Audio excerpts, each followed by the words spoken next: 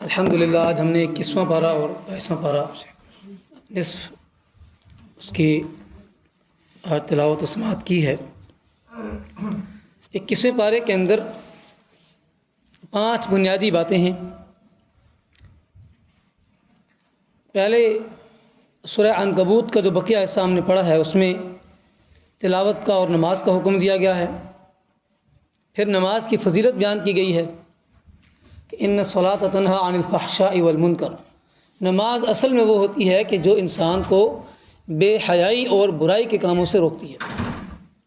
لہذا اگر کوئی شخص نماز پڑھنے کے باوجود بھی برائی کے کاموں میں لگا ہوا ہے تو اس کو اپنی نماز کے اوپر غور کرنا چاہیے۔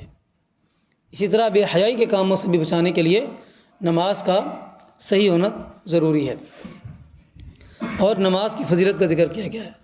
اس کے بعد اللہ تعالیٰ نے جو مخالفین ہیں ان کی ہٹ دھرمی کا ذکر کیا ہے کہ وہ ہٹ دھرم ہیں، عذاب میں جلدی چاہتے ہیں۔ یستعجلونک بالعذاب، بار بار کہتے ہیں عذاب کیوں نہیں آتا؟ تم تو بڑے کہتے ہیں کہ عذاب آنے والا ہے، لے آؤ نا عذاب۔ ایک بار نہیں 2-3 بار فرمایا گیا کہ وَيَسْتَعْجِلُونَكَ بِالْعَذَابِ وَلَوْلَا أَجَلٌ مُّسَمًّى لَجَاءَهُمُ الْعَذَابُ۔ اللہ تعالیٰ فرماتا ہے کہ عقل کے اندھوں کو احساس نہیں ہے کہ اللہ تبارک و تعالیٰ تمہیں ڈھیل دے رہا ہے، تمہیں مہلت دے رہا ہے کہ تم بچ جاؤ۔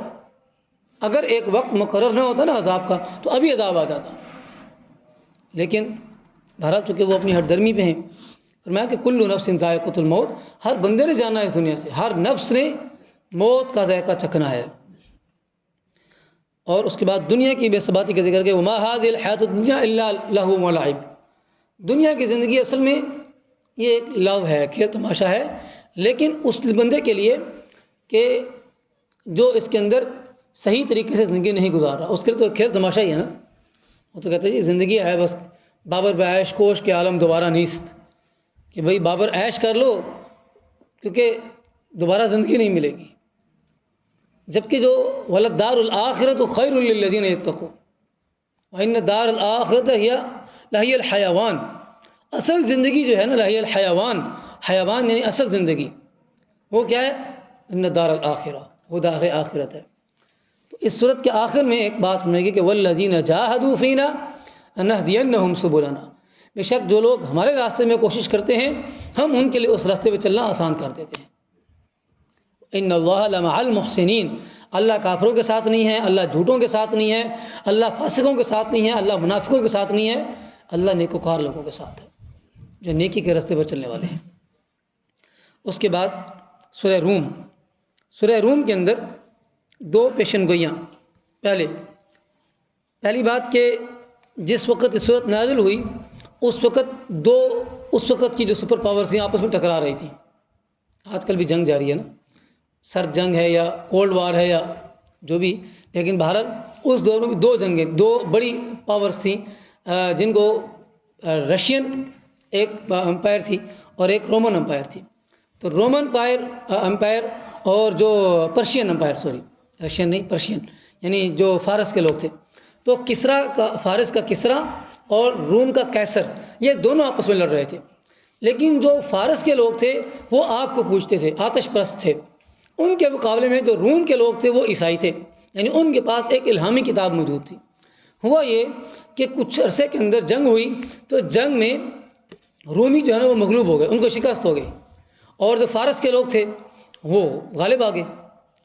تو ادھر سے مشرکین کو جب پتہ چلا نا کہ بھئی رومیوں کو شکست ہوئی ہے، انہوں نے خوشی منانا شروع کر دی، بیگانی خوشی میں عبداللہ دیوانہ، یعنی انہوں نے خام خاص سے اپنے آپ کو کہ دیکھو جی تمہیں وہاں مار پڑی ہے نا، وہ بھی اللہ کے نام لیوا ہے، وہ بھی کتاب کے پیروکار ہیں، تو وہاں پر ان کو مار پڑی ہے، یہاں پہ تمہیں مار پڑے گی۔ انہوں نے خوشی منانا شروع کر دی۔ تو اللہ تعالیٰ نے آیت نازل فرمائی الف لام میم غلبت الروم، ہاں جی رومی مغلوب ہو گئے، فی ادنی الارض، قریبی کی زمین میں، لیکن وہم من بعد غلبہم سیغلبون، اس مغلوبیت کے بعد ان قریب وہ غالب آ جائیں گے۔ اب یہ بڑی عجیب بات تھی، ظاہر بات ہے کہ ایک طرف جو ہے وہ پرشین امپائر ہے نا، بہت بڑی امپائر تھی، ظاہر بات ہے کسرا کا بہت بڑا نام تھا، تو انہوں نے کہا کہ یہ کیسے ہو سکتا ہے، اور فرمایا اللہ تعالیٰ نے کہ نہیں، تم اس خوش فہمی میں نہ رہو، ان قریب مومن بھی غالب آئیں گے، وَيَوْمَئِذٍ يَفْرَحُ الْمُؤْمِنُونَ، اس دن مومن خوشی منائیں گے۔ اب وہ شرط لگی ابو بکر کی اور ایک کافر کی۔ شرط کس بات پہ لگی؟ اس نے کہا جی کہ 3 سال کے اندر تو بدعہ کا لفظ ہے، اصل میں بدعہ کا لفظ عربی زبان کے اندر 3 سال سے لے کر 9 سال کے لیے استعمال ہوتا ہے، 3 کی عدد سے لے کر 9 کی عدد کے لیے۔ تو اللہ تبارک و تعالیٰ نے جب یہ آیت نازل فرمائی تو بکر صدیق کے ساتھ شرط لگی اس کافر کی کہ بھئی 3 سال کے اندر اگر نہ ہوئی تو بس میں تمہیں 100 اونٹ دوں گا، 10 اونٹ دوں گا۔ اللہ کے نبی صلی اللہ علیہ وسلم نے ارشاد فرمایا کہ بھئی جب پتہ چلا نا کہ بھئی شرط لگی ہے، فرمایا کہ بھئی یہ 3 سال کی شرط نہ لگاؤ، 9 سال کی شرط لگاؤ، اور جو اونٹ ہیں وہ 10 سے بڑھا کر 100 کر دو۔ ٹھیک 10 سال کے بعد مسلمانوں کو بدر کے اندر فتح ملی اور ادھر سے رومیوں کو فتح مل گئی۔ تو اللہ تعالیٰ فرماتا ہے یہ اللہ کا فیصلہ ہے، یہ دنوں کا ہیر پھیر ہوتا ہے، یہ اللہ تعالیٰ کا نظام ہے۔ اور ادھر سے رومیوں نے، رومی ظاہر بات ہے کہ وہ بھی چونکہ اللہ تعالیٰ کی کتاب کے ماننے والے تھے، عیسائی تھے، اور ادھر سے مسلمان جن کے پاس اللہ کی کتاب تھی، تو مسلمانوں کو بدر میں خوشی ملی۔ 17 رمضان المبارک ابھی گزرا ہے نا، آج 17 رمضان المبارک تھا نا، آج کے دن 17 رمضان المبارک، یہ بدر کی خوشی ملی، مسلمان غالب آئے، اس کو یوم الفرقان کہا گیا، حق اور باطل کے درمیان فرق کا دن۔ تو یہ پہلی جنگ تھی جس میں مسلمانوں کو فتح ملی، اور ادھر سے پھر رومیوں کو فتح مل گئی۔ اس اعتبار سے یہ فرمایا کہ دیکھو ایک طرف عیسائیوں کو فتح مل جائے گی، وہ ایران کے بت پرستوں کو شکست دیں گے، اور ادھر سے مکہ کے بت پرستوں کی شکست ہوگی اور مسلمان غالب آ جائیں گے۔ اس کے بعد اللہ تعالیٰ نے توحید کے ضمن میں اللہ تعالیٰ کی عظمت کی 7 نشانیوں کو ذکر کیا ہے۔ وہ کیا نشانیاں ہیں؟ کہ توحید یعنی اشیاء کو ازداد سے پیدا کرنا، ازداد سے پیدا مطلب یعنی زندہ کو مردہ سے پیدا کرنا، مردہ کو زندہ سے پیدا کرنا، مردہ کو زندہ سے پیدا کرنا۔ یعنی آپ دیکھیں نا کہ زندہ سے مردہ کیا ہوتا ہے؟ زمین مردہ ہو جاتی ہے، دوبارہ سے اس کے اندر زندگی پیدا ہوتی ہے، اور یہاں سے آپ کے لیے کیا نکلتی ہیں؟ کھانے پینے کی چیزیں۔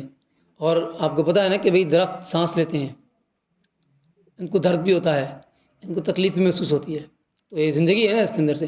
تو مردہ کے اندر سے انڈے سے چوزا نکلتا ہے، تو انڈا کیا ہے؟ مردہ، اور چوزا کیا ہے؟ زندہ۔ تو یہ اللہ تعالیٰ کا نظام ہے نا کہ مردے سے زندہ، زندے سے مردہ، یہ اللہ تعالیٰ کا نظام ہے۔ تو ازداد، اشیاء کو ازداد سے پیدا کرنا۔ پھر انسان کی پیدائش مٹی سے۔ پھر تیسری بات ہونے گی کہ زوجین، یہ جو تمہارے پاس یعنی بیوی کو شوہر ملا ہے، شوہر کو بیوی ملی، تو یہ جو زوجین ہیں یہ آپس میں ایک دوسرے کے لیے 2 نعمتیں ہیں اس کے اندر، ایک ہے مودت اور ایک ہے رحمت۔ مودت کا مطلب ہے دلی خوشی، دلی وابستگی۔ دیکھیں گھر انسان جاتا ہے تو کیوں جاتا ہے؟ اطمینان اور سکون حاصل کرنے کے لیے۔ گھر میں انسان کو اطمینان ملتا ہے، اس کے دکھ سکھ کی شریک حیات اس کے ساتھ ہوتی ہے۔ اسی طرح بیوی کے لیے شوہر اس کے لیے ایک لباس کا کام کرتا ہے۔ تو یہ کتنی زبردست تشبیہ ہے اللہ تعالیٰ نے جو دی ہے کہ دیکھو یہ رشتہ کوئی معمولی رشتہ نہیں ہے زوجین کا، یہ بہت عظیم رشتہ ہے کہ اس کے اندر تمہیں مودت بھی ملتی ہے، محبت بھی ملتی ہے، اور اللہ تعالیٰ کی رحمت بھی ملتی ہے۔ پھر اس کے بعد سنا ہے کہ زمین اور آسمان کی پیدائش، رات اور دن کی نیند اور روزگار کی تلاش، بجلی کی چمک اور بارش، اور اس سے غلے کی پیداوار، اور زمین اور آسمان کا مستحکم نظام۔ یہ ہے ان فی ذلک لآیات، یہ اللہ تعالیٰ کی نشانیاں ہیں۔ پھر اس کے بعد اللہ تعالیٰ نے بتایا کہ سورہ لقمان میں آج ہم نے 3 بنیادی باتیں پڑھی ہیں۔ ایک تو یہ ہے کہ توحید، اللہ تعالیٰ کی قدرت کی 4 دلیل، 4 جو ہے وہ دلائل بتائے گئے ہیں۔ پہلی بات تو ہے کہ بغیر ستون کا آسمان دیکھو، بغیر ستون کے، بغیر پلرز کے ہے۔ پوری دنیا میں کہیں پہ بھی چلے جاؤ تمہیں چھت ملے گی لیکن کوئی ستون نظر نہیں آئے گا۔ پھر اس کے بعد مضبوط اور محکم پہاڑ، ہر جگہ پہ اللہ تعالیٰ نے پہاڑ جمائے ہوئے ہیں۔ پھر رینگنے والے مویشی اور حشرات، اور برسنے والی بارش، یہ ساری اللہ تعالیٰ کی نشانیاں ہیں، یہ قدرت ہے اللہ تعالیٰ کی۔ پھر جو دوسری بات اس صورت میں بیان ہوئی ہے، اس صورت کی مشابہت ہے سورہ بقرہ کے ساتھ، جو ابتداء میں ہے نا کچھ آیتیں ہیں، اولئک علی ھدی من ربہم واولئک هم المفلحون، یہ جو آیات ہیں یہ ملتی ہیں سورہ بقرہ کے ساتھ۔ تو سورہ بقرہ میں بھی بہت ساری دلائل ہیں اللہ تعالیٰ کی طرف سے۔ تو اس کے بعد سورہ لقمان کے اندر لقمان علیہ السلام کا واقعہ ہے۔ اللہ تعالیٰ نے والدین کے ہونے کے اعتبار سے اپنی اولاد کو کس طریقے سے ڈیل کیا جائے، کس طریقے سے ان کی تربیت کی جائے، یہ اس صورت کے اندر بتایا ہے کہ لقمان حالانکہ نبی نہیں ہے، ایک بزرگ ہیں، لیکن اللہ تعالیٰ نے ان کے قصے کو قرآن پاک میں ذکر کر دیا. کیوں؟ اس لیے کہ وہ اللہ کے کتنے زبردست بندے تھے. اپنی اولاد کی تربیت میں بھی انہوں نے ایک بات کا بڑا خیال رکھا. انہوں نے کہا کہ بیٹا کبھی شرک نہ کرنا. وَإِذْ قَالَ لُقْمَانُ لِابْنِهِ وَهُوَ يَعِظُهُ، وہ لقمان جب اپنے بیٹے کو نصیحت کر رہے تھے، وہ یعظہ یا بنی، اے میرے پیارے بیٹے، لا تشرک باللہ، اللہ کے ساتھ کسی کو شریک نہ کرنا. ان شرک لظلم عظیم، شرک بہت بڑا ظلم ہے، اتنا بڑا ظلم ہے کہ اللہ تعالیٰ کبھی اس کو معاف نہیں کرے گا. لہذا پہلی بات شرک کے بارے میں بتائی. پھر اس کے بعد اللہ تعالیٰ درمیان میں انٹرپٹ کرتا ہے ان کے قصے کو اور فرماتا ہے کہ وَوَصَّيْنَا الْإِنسَانَ بِوَالِدَيْهِ، ہم نے انسان کو نصیحت کی ہے کہ اپنے والدین کے ساتھ اچھا سلوک کیا کرے. جو والدین اپنی اولاد کی اتنی اچھی تربیت کر رہے ہوں، اولاد کا فرض نہیں بنتا کہ وہ اپنے والدین کی عزت کرے، ان کے ساتھ اچھا سلوک کرے. تو اولاد کو بھی یہ باتیں بتانی چاہیے. پھر اس کے بعد فرمایا کہ اللہ تعالیٰ جو ہے ہر چھوٹی بڑی چیز کو اور عمل کو آخرت میں سامنے لے آئے گا، اس سے کوئی چیز چھپی ہوئی نہیں ہے. پھر فرمایا کہ یا بنی اقیم الصلاۃ، اے میرے بیٹے نماز کو قائم کر. وأمر بالمعروف وانہی عن المنکر واصبر علی ما اصابک، تو امر بالمعروف یعنی نیکی کا حکم دے، برائی سے منع ہو اور برائی سے منع کر، اور آزمائش کے اندر صبر کیا کر. کوئی بھی آزمائش آ جائے، کوئی تکلیف، کوئی بیماری، کوئی نقصان، کسی بھی قسم کا کوئی مسئلہ ہو تو اس پر کیا کرنا چاہیے؟ واصبر علی ما اصابک، جو تمہیں تکلیف پہنچی ہے اس پر صبر کیا کرو. ان ذلک من عزم الامور، یہ بڑے اونچے کام ہیں، معمولی کام نہیں ہے. پھر فرمایا کہ ولا تصعر خدک للناس ولا تمشی فی الارض مرحا، عاجزی اختیار کرو، تکبر سے بچو، معتدل طریقے سے چلو، لوگوں سے اونچی آواز میں بات نہ کرو، مناسب آواز میں بات کرو، کیونکہ اونچی آواز میں بات کرنا یا اونچی آواز لگانا یہ گدھے کا کام ہے. اور ان انکر الاصوات لصوت الحمیر، آوازوں میں سب سے بری آواز کس کی ہے؟ گدھے کی. پھر توحید کے ضمن میں بتایا گیا کہ دیکھو 5 چیزیں ایسی ہیں کہ جس کا علم صرف اللہ تعالیٰ کو ہے، کسی کو بھی نہیں ہے، نہ کسی نبی کو، نہ کسی ولی کو، نہ کسی اور دنیا میں کسی بندے کو، کسی فرشتے کو بھی علم نہیں ہے. 5 باتیں ہیں.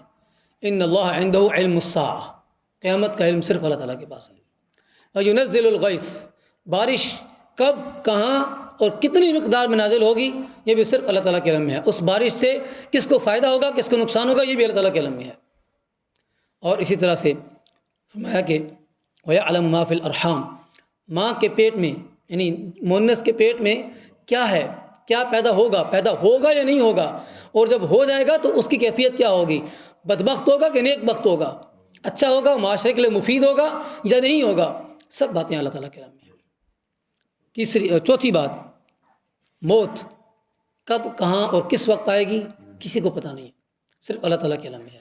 اور 5ویں بات آخری کہ انسان نے کل کیا کرنا ہے. منصوبے تو سب کے ہیں لیکن ایک منصوبہ اوپر والے کا ہے اور اسی کا منصوبہ سب کے اوپر غالب آتا ہے.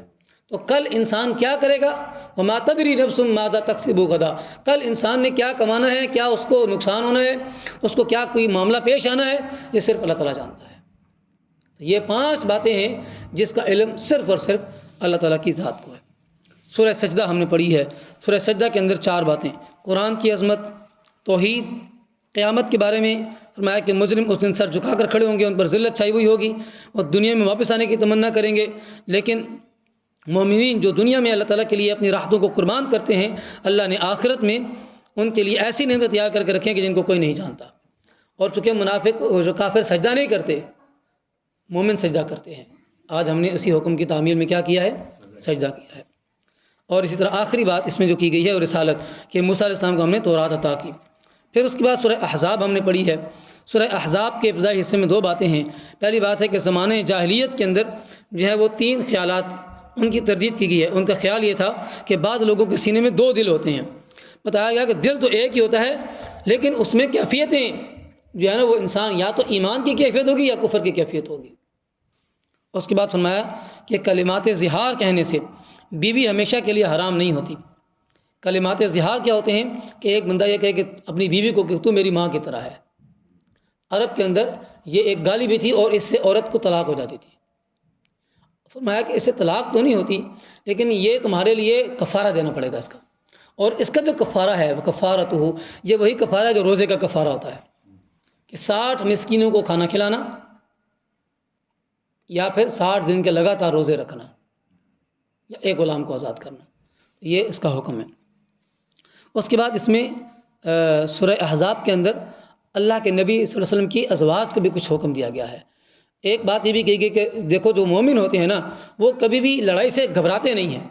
فَمِنْهُمْ مَنْ قَضَى نَحْبَهُ وَمِنْهُمْ مَنْ يَنْتَظِرُ، بعض ان میں سے ایسے ہیں کہ جو اپنی نظر کو پورا کر چکے ہیں، شہید ہو گئے ہیں، اور بعض اپنی شہادت کے منتظر ہیں، شہادت کے انتظار میں ہیں۔ اور ان کے لیے فرمایا کہ لَقَدْ كَانَ لَكُمْ فِي رَسُولِ اللَّهِ أُسْوَةٌ حَسَنَةٌ، ان لوگوں کے لیے اللہ کی جو رسول کی زندگی ہے وہ ایک رول ماڈل ہے، اور ہر اس شخص کے لیے کہ جو اللہ پر ایمان رکھتا ہے، آخرت کے دن کو مانتا ہے۔ پھر فرمایا کہ جب احزاب یعنی غزوہ احزاب ہوا نا، سارے کافر چڑھ کے مدینے میں آ گئے تھے، مدینہ کے اوپر حملہ کرنے کے لیے۔ تو مومنوں نے دیکھا نا، منافق تو بھاگ گئے کہ بھئی اب تو ہمارے اوپر حملہ ہونے والا ہے، اب تو کیا ہوگا، اب تو مارے جائیں گے، کاش کہ محمد یہاں نہ آتے نعوذ باللہ صلی اللہ علیہ وسلم، ہمارے ساتھ یہ نہ ہوتا، ہمارے کفار جو ہے سارے مخالف نہ ہو جاتے۔ لیکن وَلَمَّا رَأَى الْمُؤْمِنُونَ الْأَحْزَابَ، جب مومنوں نے دیکھا نا سارے کافر چڑھ کے آگے ہیں، قالوا هَذَا مَا وَعَدَنَا اللَّهُ وَرَسُولُهُ، یہ ہے کہ سارے کے سارے کفار چڑھ کر آ گئے ہیں، یہ اللہ کا وعدہ ہے کہ وہ چڑھ کر آئیں گے۔ وصدق اللہ ورسولہ، اور اللہ اور اس کے رسول نے سچ کہا۔ اور اللہ کے نبی نے فرمایا کہ اب اس کے بعد تم پر کوئی چڑھائی نہیں کر سکے گا، یہ آخری چڑھائی تھی ان کی، ان کا زور ٹوٹ جائے گا۔ پھر اللہ تعالیٰ نے وہاں پر مسلمانوں کو فتح دے دی۔ پھر اس کے بعد خواتین کے لیے کچھ احکامات کا تذکرہ ہے۔ سب سے پہلے تو اللہ کے نبی صلی اللہ علیہ وسلم کی ازواج کو آیت تخییر دی گئی۔ تخییر کا مطلب ہے اختیار دے دیا گیا، چاہو، اصل میں انہوں نے کہا تھا کہ بھی ہمارا خرچہ بڑھائیں، ظاہر بات ہے بیگم تو ہوتی ہے ایسے کہ بھی خرچہ لے کر آؤ، پیسے لے کر آؤ، کوئی نظام دو ہمیں۔ تو کچھ ازواج نے کہا کہ ہمیں خرچہ دیں۔ اب اللہ کے نبی صلی اللہ علیہ وسلم جس کام میں مشغول تھے، اگر گھر سے سپورٹ نہیں ملے گی تو پھر کچھ بھی نہیں ہوگا۔ تو اللہ تعالیٰ نے علی الاعلان فرما دیا کہ تمہیں اختیار ہے، دنیا چاہیے تو پھر اللہ کے نبی سے الگ ہو جاؤ، اور اگر تمہیں آخرت چاہیے تو پھر اللہ کے نبی کو تنگ نہ کرو۔ تو تمام ازواج مطہرات نے یک زبان ہو کر کہا کہ ہمیں صرف اللہ اور اس کے رسول کا ساتھ چاہیے، باقی کچھ بھی نہیں چاہیے۔ اس کے بعد فرمایا کہ اپنے گھر میں ٹکی رہو، خواتین کو کہا کہ گھروں میں رہو، بغیر ضرورت کے باہر مت نکلو۔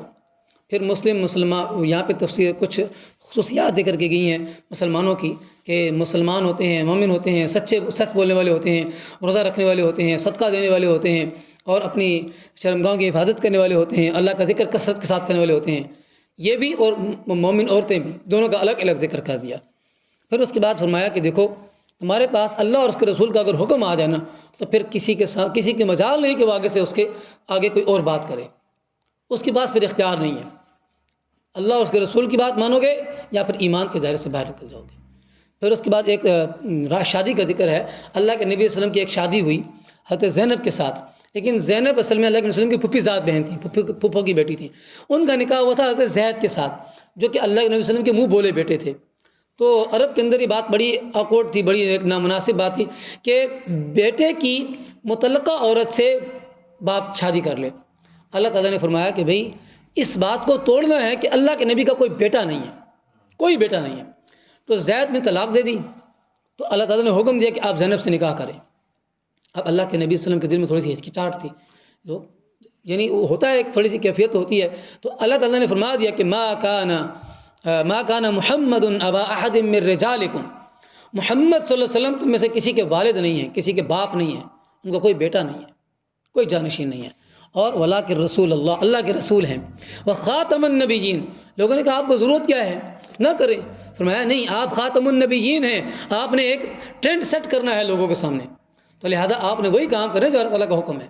آپ خاتم النبیین ہیں، آپ تمام رسولوں میں آخری ہیں، تمام نبیوں کے آپ خاتم ہیں، لہذا آپ کے بعد کوئی نبی نہیں آئے گا، اس لیے آپ کو یہ کام کرنا ہوگا۔ اس کے بعد پھر کچھ آداب دیے گئے ہیں، بتائے گئے ہیں کہ اللہ کے نبی کے گھر میں جاؤ، صحابہ کرام جاتے تھے، بیٹھے رہتے تھے، میں کہ نہیں، کھانا کھاؤ اس کے بعد اٹھو نہیں، یعنی بیٹھو نہیں، اٹھ کے چلے جاؤ، کیونکہ اللہ کے نبی کو تکلیف تو ہوتی ہے لیکن وہ مروت میں کہتے نہیں ہیں، لہذا خیال کرو۔ اور فرمایا کہ خواتین کے ساتھ اگر بات کرو تو پیچھے سے بات کرو۔ پھر اسی صورت کے اندر فرمایا گیا کہ ان اللہ و ملائکتہ یصلون علی النبی، ایک دنیا میں ایسا کام ہے جو میں بھی کرتا ہوں اور آپ بھی کرتے ہیں اور اللہ بھی کرتا ہے، اور ہم سب اس کے اندر شریک ہیں، اور وہ کام کیا ہے، اور اللہ کے فرشتے بھی کرتے ہیں، اللہ کے نبی کے اوپر درود پڑھنا۔ ان اللہ و ملائکتہ یصلون علی النبی، بے شک اللہ اور اس کے فرشتے اللہ کے نبی کے اوپر درود بھیجتے ہیں۔ یا ایھا الذین آمنوا صلوا علیہ وسلموا تسلیما، اے ایمان والو تم بھی اللہ اور اس کے رسول اللہ کے نبی کے اوپر صلاۃ و سلام بھیجا کرو۔ اللہم صلی علی محمد وعلی آل محمد وبارک وسلم وصلی علیہ۔ اللهم ربنا تقبل منا إنك أنت السميع العليم وتب علينا يا مولانا إنك أنت التواب الرحيم اللهم إنك عفو كريم تحب العفو فاعف عنا لا إله إلا أنت سبحانك إنا كنا من الظالمين اللهم وفقنا لما تحب وترضى اللهم ربنا آتنا في الدنيا حسنة وفي الآخرة حسنة وقنا عذاب النار صلى الله على النبي الكريم وعلى آله وأصحابه أجمعين برحمتك يا أرحم